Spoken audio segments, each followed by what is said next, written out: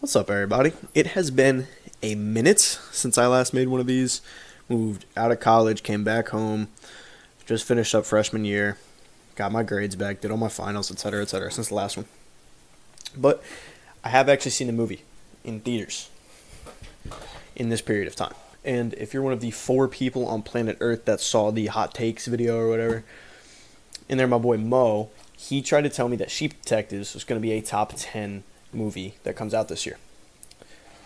I disagreed rather strongly, not because of my thoughts on Sheep Detectives, but because of my thought on the quality of the movies coming out this year. While I will stand on that take, I have now watched Sheep Detectives, and I will be the first to tell you, it's actually a pretty solid movie. It's not like the cleanest, crispest, craziest movie of all time, but I think what the prompt is, what they were given, pretty good. This is like one of the most randomly stacked casts I've ever seen. Like everyone in there. Like if I'm just here, you have Hugh Jackman, you have Valentina from Thunderbolts, you have Emma Thompson, who's both Trelawney and the old woman in the old woman in Cruella.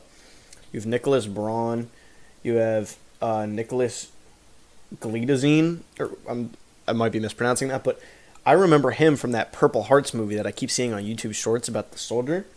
Molly Gordon, who's in Ojai, Bryan Cranston, Conleth Hill, who I know from Suits as Darby. You have Patrick Stewart, you have Bella Ramsey, you have Brett Goldstein, who's from Ted Lasso. He's Roy. Like a very, very randomly stacked cast. But overall, it's a pretty simple like narrative and lesson. It's nothing fancy. You're not going to really learn anything.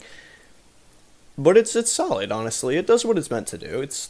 I don't need Sheep Detectives with the CG sheep in a small town in the middle of London to be the most complex thing of all time. I think it kind of does exactly what it needs to do to be an effective little movie. Pretty forgettable, but honestly, it's not a bad movie, right? Like, it's pretty fun. My biggest, problem with the movie, I think, is that Sebastian, played by Bryan Cranston, completely underutilized. Super, many missed opportunities with that character. I wish there was a lot more of him than there is, and it makes his spoiler alert death feel very, very hollow, because he doesn't do anything. He just shows up twice, says a couple things, and dies. There's nothing going on here. They make every single person in this movie suspicious. Everybody.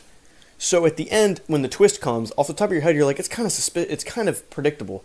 But also, literally anybody would have been kind of predictable because every single person in this movie is suspicious. Overall, pretty solid movie, worth the watch, 7.3 out of 10.